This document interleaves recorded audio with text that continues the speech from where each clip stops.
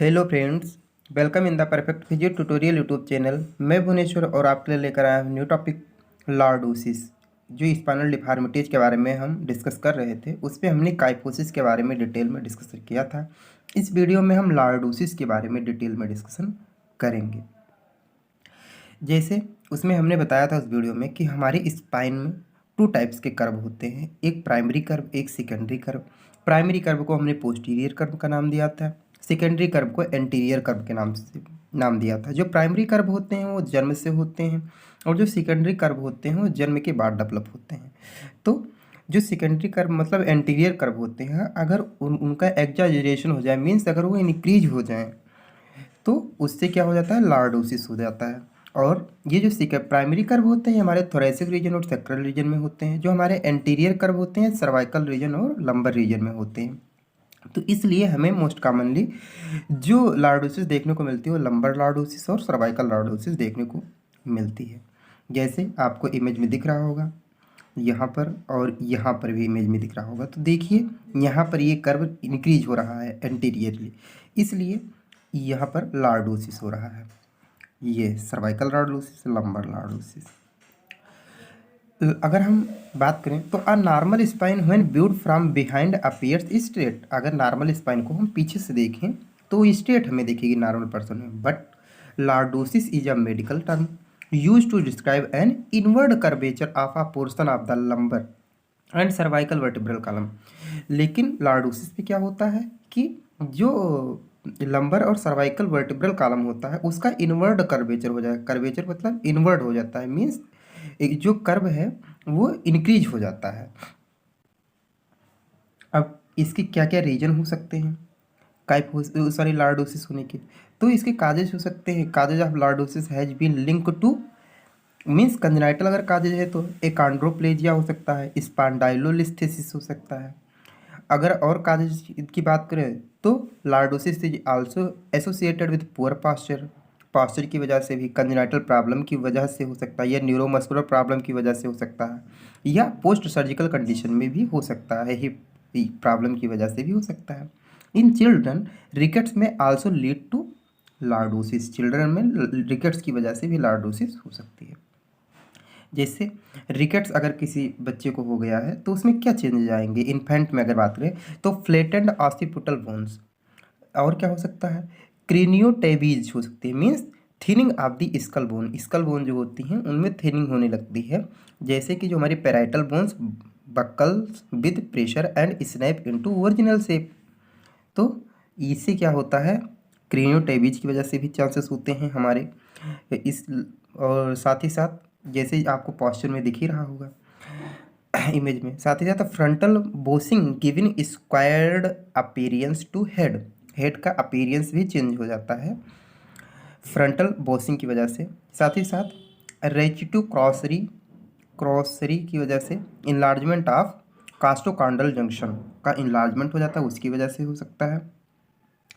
और जो हमारा ब्रिस्ट रीजन है उसमें पिजन डिफार्मिटी आ जाती है, मतलब पिजन ब्रिस्ट डिफार्मिटी भी हमें देखने को मिल सकती है स्टर्नम प्रोट्रूड होने की वजह से, आपको इमेज में दिख रहा होगा।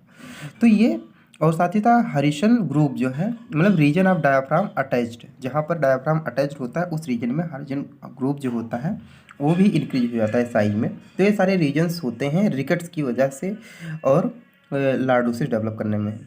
इन ओल्डर एम्बुलेटरी चाइल्ड, जो चाइल्ड चल रहा होता है उसमें लंबर लॉर्डोसिस होने के चांसेस ज़्यादा होते हैं। Increase forward curvature of the spine, साथ ही साथ बो लेग डिफॉर्मिटी भी होने के चांसेस होते हैं। अब अगर हम बात करें टाइप्स ऑफ लॉर्डोसिस की, लॉर्डोसिस के कौन कौन से टाइप्स होते हैं, तो पहले है ट्रॉमेटिक लॉर्डोसिस। ट्रॉमेटिक लॉर्डोसिस जैसा कि नाम है, मतलब किसी ट्रॉमा की वजह से लॉर्डोसिस या किसी इंजरी की वजह से लॉर्डोसिस डेवलप हो। जैसे this is caused by an injury to the spine such as fracture, fracture की वजह से हो सकती है। Osteoporosis which weakens the bones में increase the risk of these fractures. और एक कंडीशन होती है ऑस्टियोपोरोसिस, इसमें क्या होता है, बोन जो है वीक होने लगती हैं, बोन का डिमिनरलाइजेशन होने लगता है, इस वजह से फ्रैक्चर के चांसेस इंक्रीज हो जाते हैं। अब अगर बात करें अगले टाइप्स की तो है कंजेनाइटल लॉर्डोसिस। मीन्स इसमें क्या होता है कि this can be due to an inherited conditions, मतलब कंजेनाइटल जैसे सच एज एकांड्रोप्लेजिया, एकांड्रोप्लेजिया क्या होता है? व्हिच अफेक्ट कार्टिलेज हो, जब कार्टिलेज का ग्रोथ जो है अफेक्टेड हो जाए तो उसे एकांड्रोप्लेजिया बोलते हैं। तो इसकी ये भी रीजन हो सकता है। साथ ही साथ it can occurs due to problem with development of the spine during childhood, और ये प्रॉब्लम तब डेवलप होती है जब चाइल्डहुड में स्पाइन का जो है डेवलपमेंट प्रॉपरली ना हो पाया हो।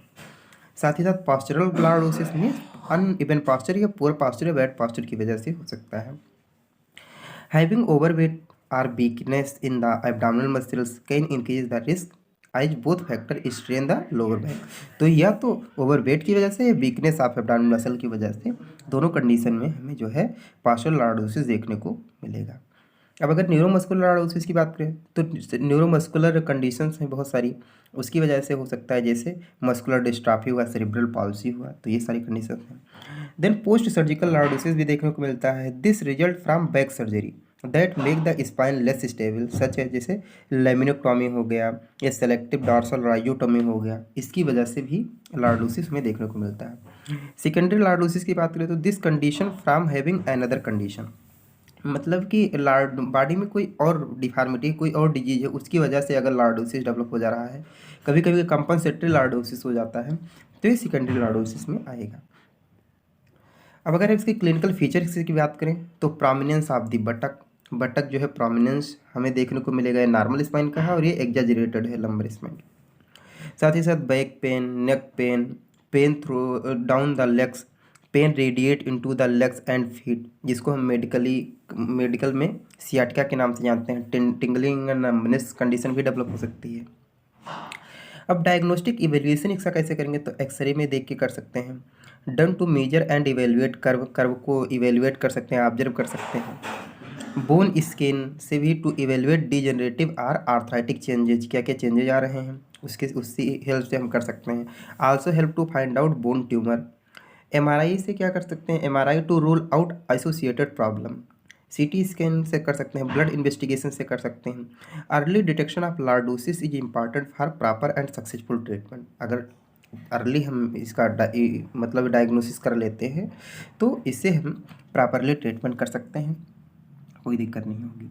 अब मैनेजमेंट की अगर बात करें तो मैनेजमेंट डिपेंड करता है कि चाइल्ड की एज कितना है, ओवरऑल हेल्थ कितना है, कैसा है, मेडिकल हिस्ट्री कैसी है, नॉर्मल हिस्ट्री क्या है, एक्सटेंट ऑफ कंडीशन कितना है, डिग्री कौन सी है, first degree, second degree, third degree, या माइल्ड मॉडरेट सीवियर कैसा है।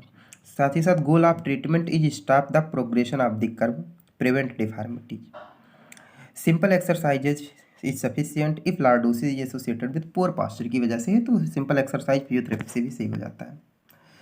अब बात करते हैं फिजियोथेरेपी ट्रीटमेंट में क्या करते हैं। अगर माइल्ड केसेस है तो ट्रीटमेंट की ज़रूरत नहीं होती है, ट्रीटमेंट की ज़रूरत नहीं होगी अगर पेन नहीं हो रहा है तो।